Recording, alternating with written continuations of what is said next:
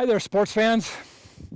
I wanted to make a short video talking about the importance of body mechanics when it comes to sports and achieving success, and how proper mechanics are really the big difference when you want power, consistency, and accuracy, no matter what the sport is.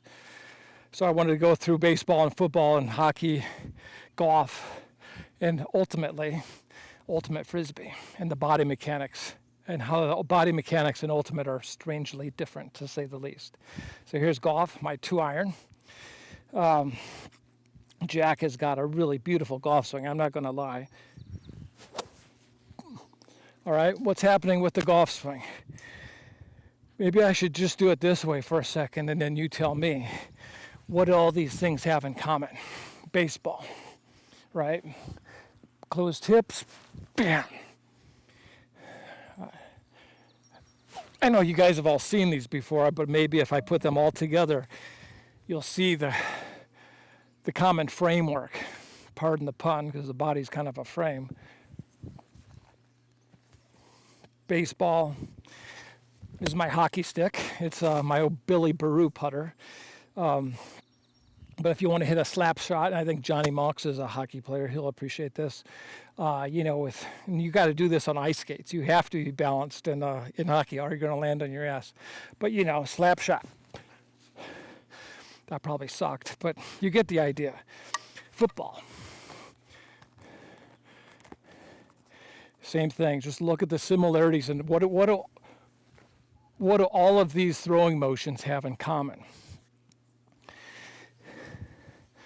There's a follow-through in all of them.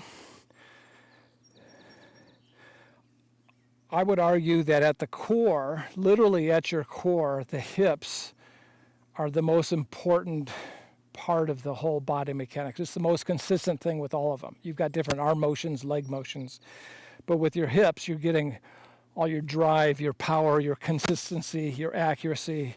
It all starts and ends with the hips.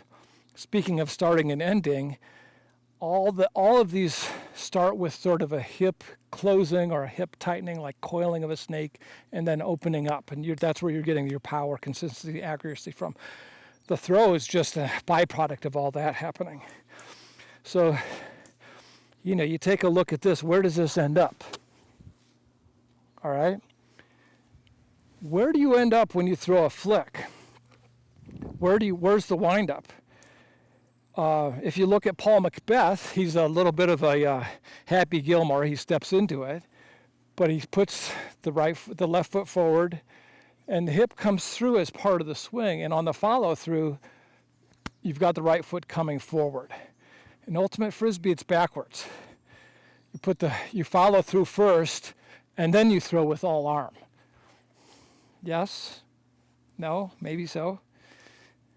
I'm sure this is right. Almost every ultimate Frisbee player in the world throws their flick with their hip already wide open.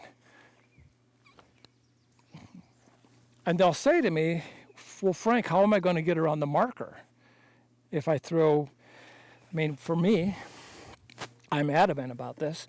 The proper throwing mechanics with a flick are just like golf, baseball, hockey, football, and baseball. You want to keep your hip closed, and it's the opening of the hip that's going to generate all the things that are going to make you happy.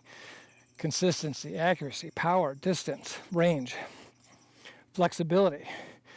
If I want to throw a flick, it's not necessarily power in terms of distance, but it's power in terms of range and how I can manipulate the disc. All that comes from the hips. So according to Frank Huguenard, the best way to throw a flick in ultimate Frisbee is like that. Right? There shouldn't even be any debate about this. Anyone who teaches to throw a flick like this, that's really indefensible. It's unbelievably severely flawed throwing mechanics. And nowhere in the entire world of sports do we see mechanics that fundamentally flawed.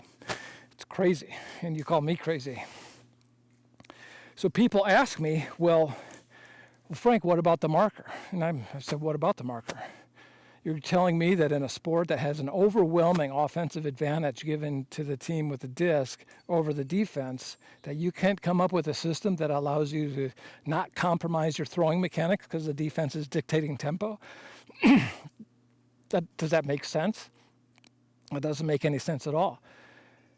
In ultimate Frisbee, the offense has an enormous edge. You should never allow the defense to dictate tempo, and you should never compromise your throwing mechanics because the defense is playing the way they are. You should come up with a system that defeats the defense, uses the tremendous advantage you have in the rules to get them on their heels, and then throw with proper throwing mechanics. It just so happens there's this offense called shredding that does exactly that. It allows you to get the disc to the open shooter, like basketball, get the ball to the open shooter. And obviously, if you've got a wide open throw without a marker, you obviously want to throw with proper throwing mechanics. That's just obvious, like you would in any other sport.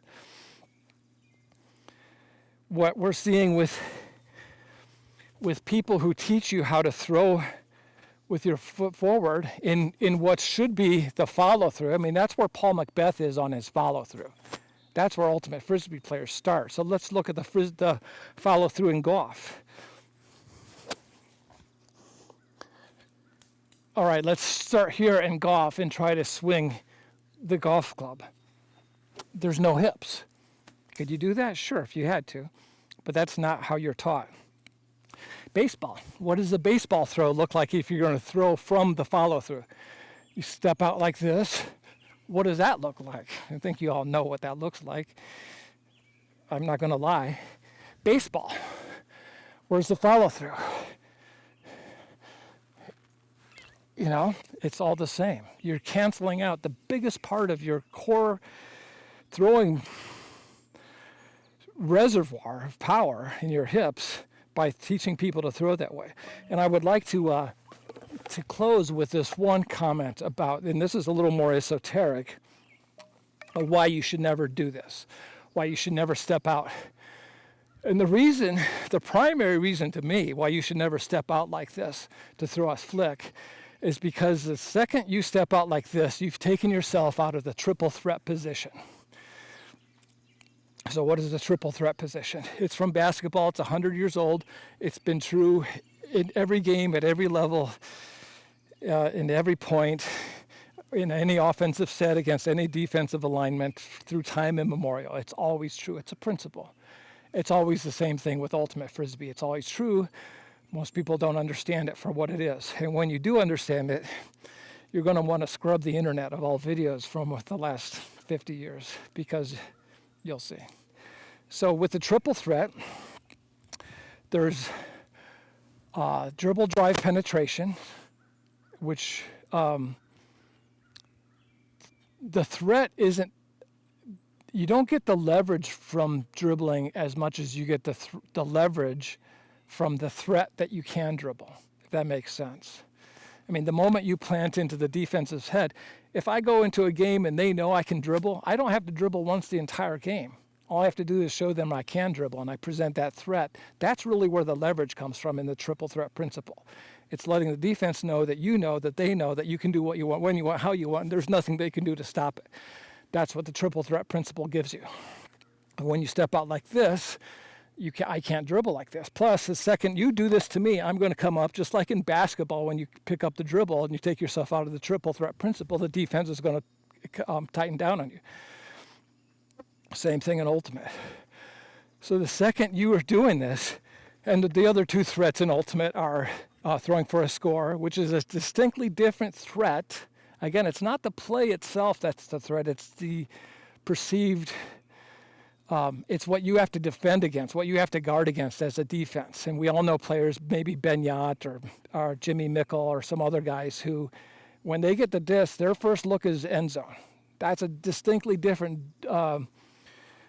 threat than maybe an Osgard or someone else who's Johnny Mox, who's not really looking to score as much as they're looking to pass. Those are two distinctly different threats, and the dribble is the third threat. And when you can present all three of those threats simultaneously at any time, in any condition, the defense plays softer. That's the triple threat principle, and that's why I'm adamant that the proper way to throw the disc is like this, because I can always dribble off that same body mechanics, and as well as I can huck it.